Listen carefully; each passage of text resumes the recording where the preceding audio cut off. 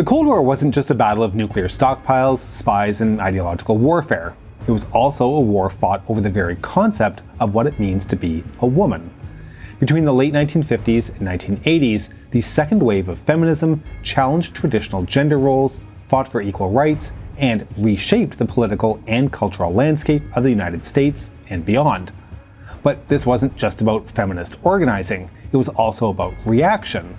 As feminists demanded rights, Cold War conservatives saw these demands as existential threats, not just to American values, but to national security itself. Some claimed feminism was a communist plot, while others believed it was part of a broader one-world government conspiracy. So, how did the Cold War shape feminism? And how did feminism, in turn, influence Cold War politics? I'm your host David, and today we are going to take a look at the emergence of second-wave feminism. This is the Cold War.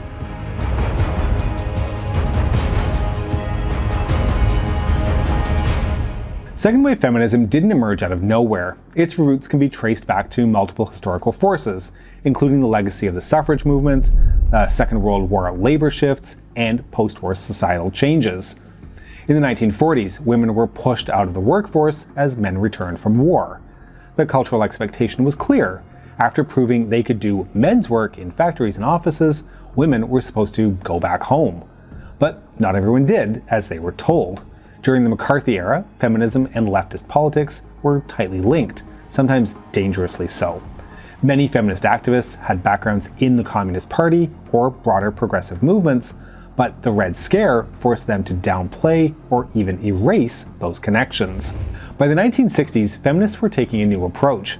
Inspired by the civil rights movement, growing anti-war activism, and labor organizing, a new generation of women fought against workplace discrimination, sexism in the media, and restrictive gender norms.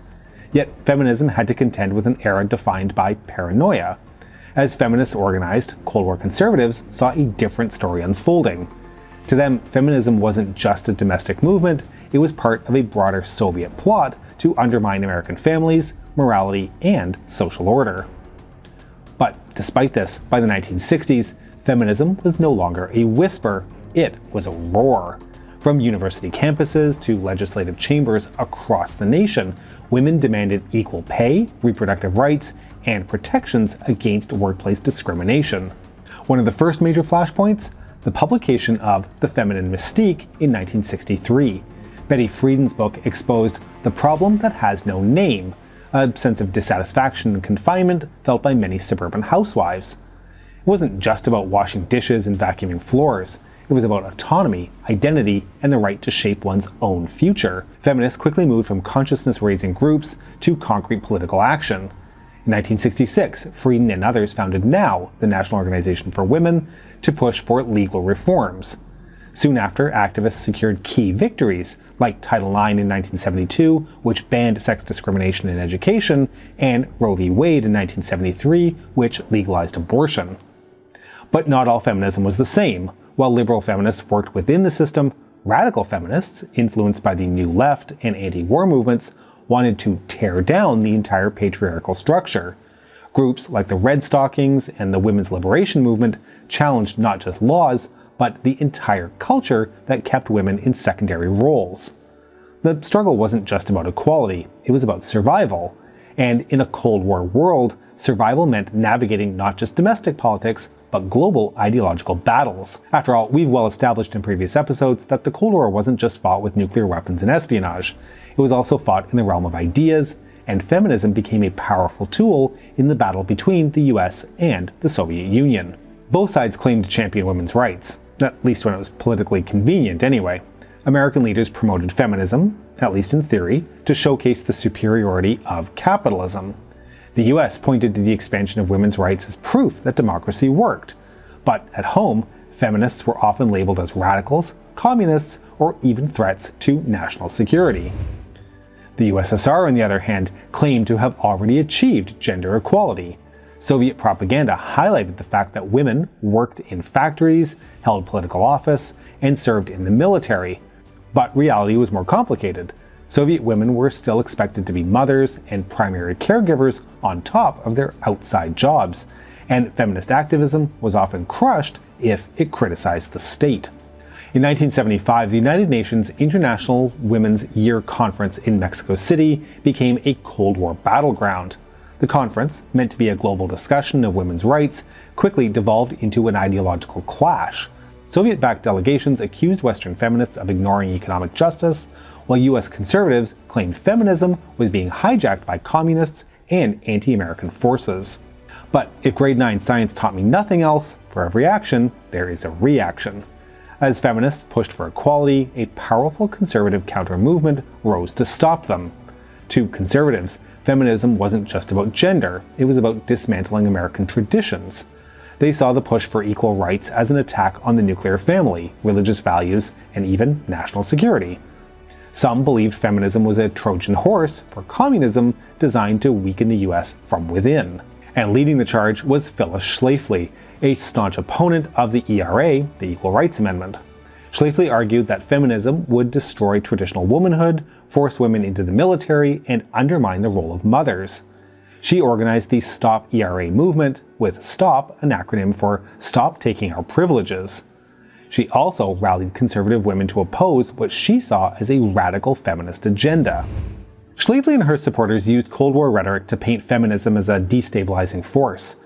They claimed feminists were Marxists in skirts, and warned that the ERA would lead to socialism, government overreach, and the destruction of the American family, because even then, people didn't know how to define Marxism. But it worked. The ERA, despite passing through Congress in 1972, fell short of state ratification by the 1982 deadline, thanks in large part to Schlafly's campaign. Now, the conservative backlash didn't stop there. It wasn't just anti-feminist grassroots organizations like Stop ERA that were fighting feminism, so was the US government. During the Red Scare of the 1950s and beyond, federal agencies viewed feminism with suspicion. To figures like J. Edgar Hoover, any movement advocating social change was a potential threat. The FBI's COINTELPRO program, designed to disrupt left-wing movements, targeted feminist groups alongside civil rights and anti-war activists. Agents infiltrated radical feminist organizations, spread disinformation, and worked to discredit feminist leaders. Some feminists, particularly those from working class and black communities, were doubly targeted. As historian Becky Thompson notes, multiracial feminist organizing was often erased from mainstream narratives, in part because these activists were seen as too radical for Cold War America. For feminists, the lesson was clear. Demanding equality wasn't just controversial, it was dangerous. By the late 1970s and early 1980s, feminism had changed. While radical groups like the Red Stockings had dominated the early movement, the backlash forced feminists to adapt. A new form of feminism emerged, one that aligned more with neoliberal capitalism. Instead of fighting for systemic change, this version of feminism emphasized individual success. Women were encouraged to break the glass ceiling in business and politics rather than challenge deeper economic and social inequalities. Figures like Margaret Thatcher, Britain's first female prime minister, embodied this shift. She was a woman in power, but she actively rejected feminism, famously saying, "I owe nothing to women's lib." In the US, Ronald Reagan's presidency further sidelined feminist policies.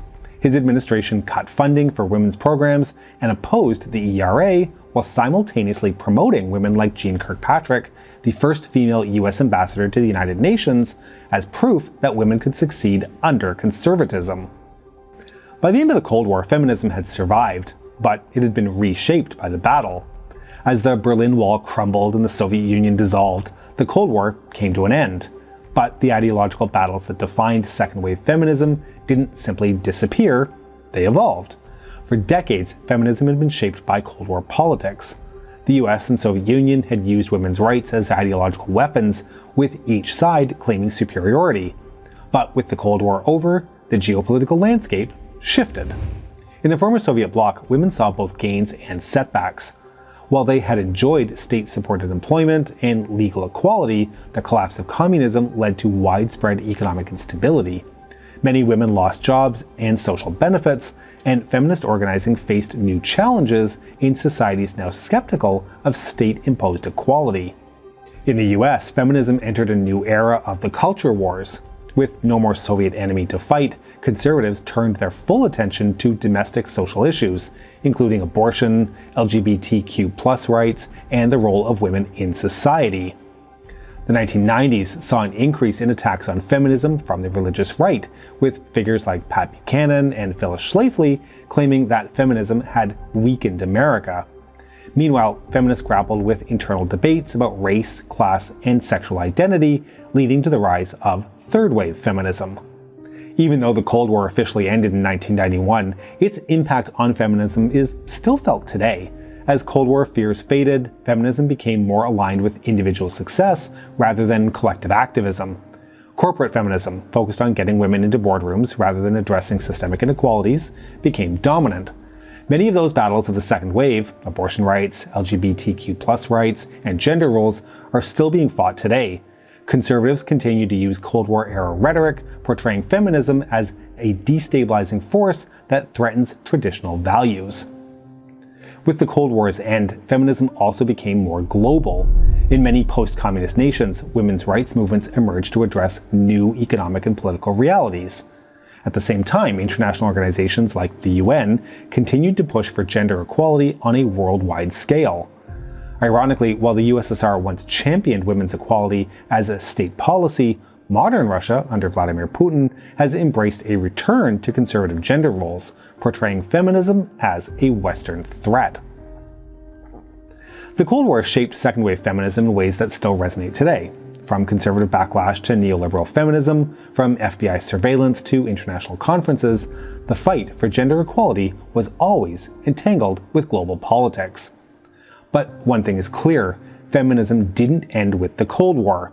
If anything, it proved its resilience. The battles of the second wave may have changed form, but the struggle for gender justice continues, on new fronts with new challenges, and in a world still grappling with the legacies of its Cold War past.